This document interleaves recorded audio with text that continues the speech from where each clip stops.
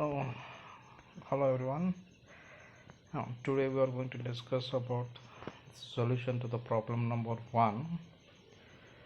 So the task was to find which code sequence executes most instructions.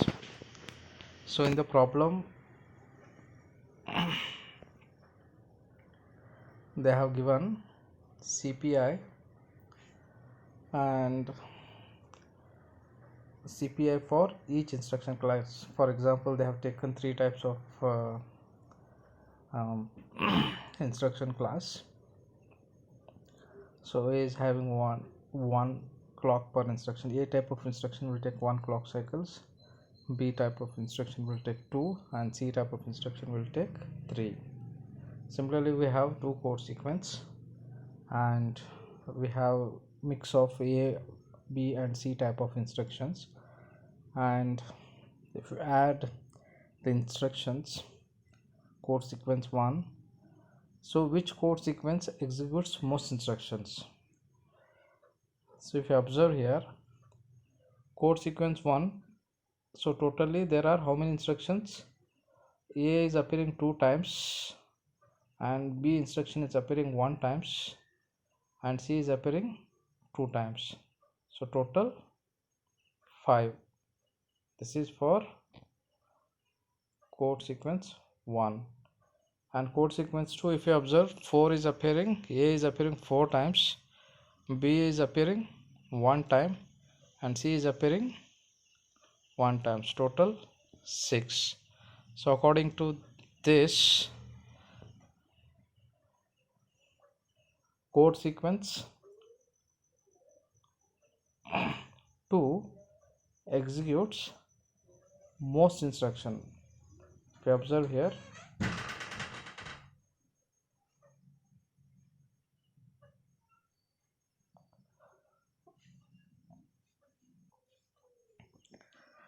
so simply add the number of instructions. Code sequence, if you add 2 plus 1 plus 2, it is 5, and if you take second code 4 plus 1 plus 1, it is 6.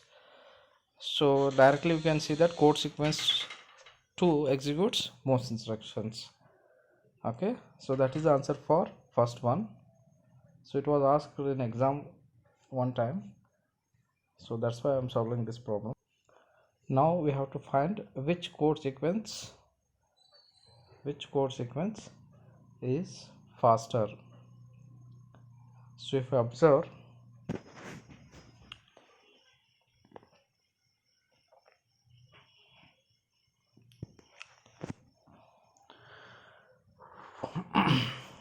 so code sequence 1 will take 5 instructions. Code sequence 6 is having 6 instructions. So by looking at the number of instructions, everyone thinks that code sequence 2 may take more time to execute the program, but actually we have to calculate how many clock cycles it will take. By just counting the number of instructions, we cannot judge whether code sequence 2 is uh, code sequence 1 is faster than code sequence 2. So for that you have to calculate um,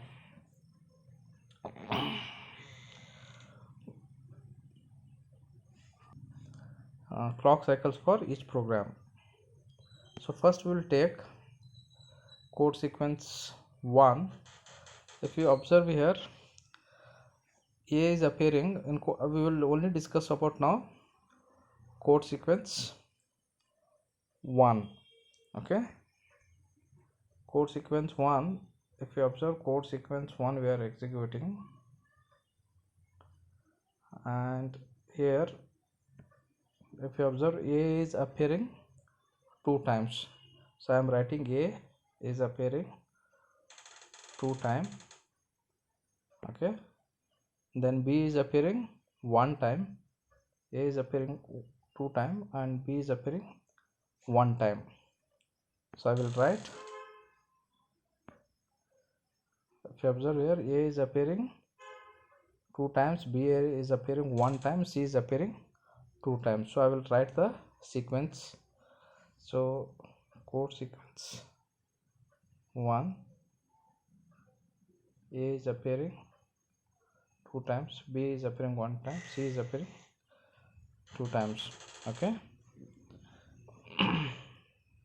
And if you observe,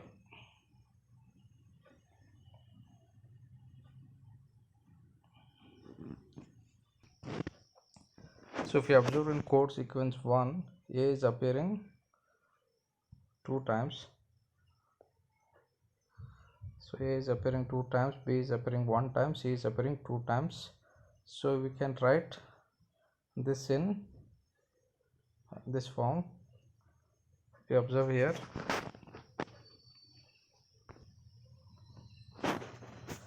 so A is appearing 2 times and B is appearing 1 time and C is appearing 2 times. And if you see the first table, CPI is nothing but how many clocks it will take for executing that instruction. So A type will take 1 clock cycle, so B type will take 2 instructions, and C type will take 3 instructions. So whatever that is written in this first table, I am trying to write here. So A is taking 1 clock cycle. So whenever A type of instructions appear in any code sequence, it will take 1 clock cycle. Similarly, again the A is appearing here, so it is taking 1 clock cycle, and B is appearing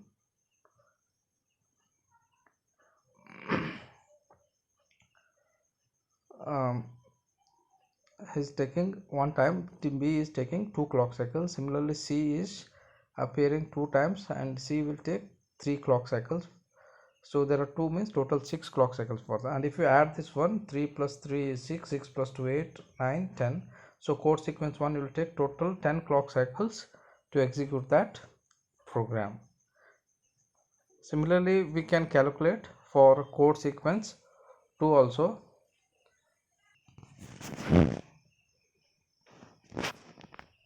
So code sequence 1 will take 10 clock cycles.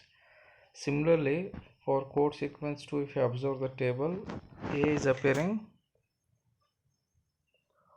4 times, B is appearing 1 time, and C is appearing 1 time. Okay, and so similarly we can write same thing, code sequence 2, A is appearing 4 times. If you observe here, A is appearing 4 times, 1 2 3 4. Okay, 4 times, and B is appearing 1 time and C is appearing 1 time. If we add the number of clock cycles, it will be 3 plus 2 5, and 4 A's means total 9 clock cycles. And if we compare code sequence 1, it is taking 10 clock cycles, and if we observe code sequence 2, it is taking 9 clock cycles. So and if you observe, code sequence 1 has 5 instructions and code sequence 2 has 6 instructions, but code sequence 1 is taking 10 clock cycles and code sequence 2 is taking 9 clock cycles. So which is faster now? Okay, so the program which takes less number of clock cycles is faster. So in this case, this is faster, code sequence 2. Even it is having 6 instructions, it is faster, and even it is having 5 instructions, but still it is taking 10 clock cycles. So always in program, instruction types are very important. For example, here A and B and C each having different number of clock cycles. So if C is appearing more, then obviously the clock cycle is going to increase, because in code sequence 2 it is appearing 2 times, in code sequence 2 it is only appearing 1 time. That's why the speed of program 2 is fast. So we have solved which code sequence executes most instruction. So for that, code sequence 2 executes most instruction. I mean, which will be faster? Again, code sequence 2 will be faster. Now third one, what we have to calculate, what is the CPI? CPI is nothing but clock per instruction for each code sequence.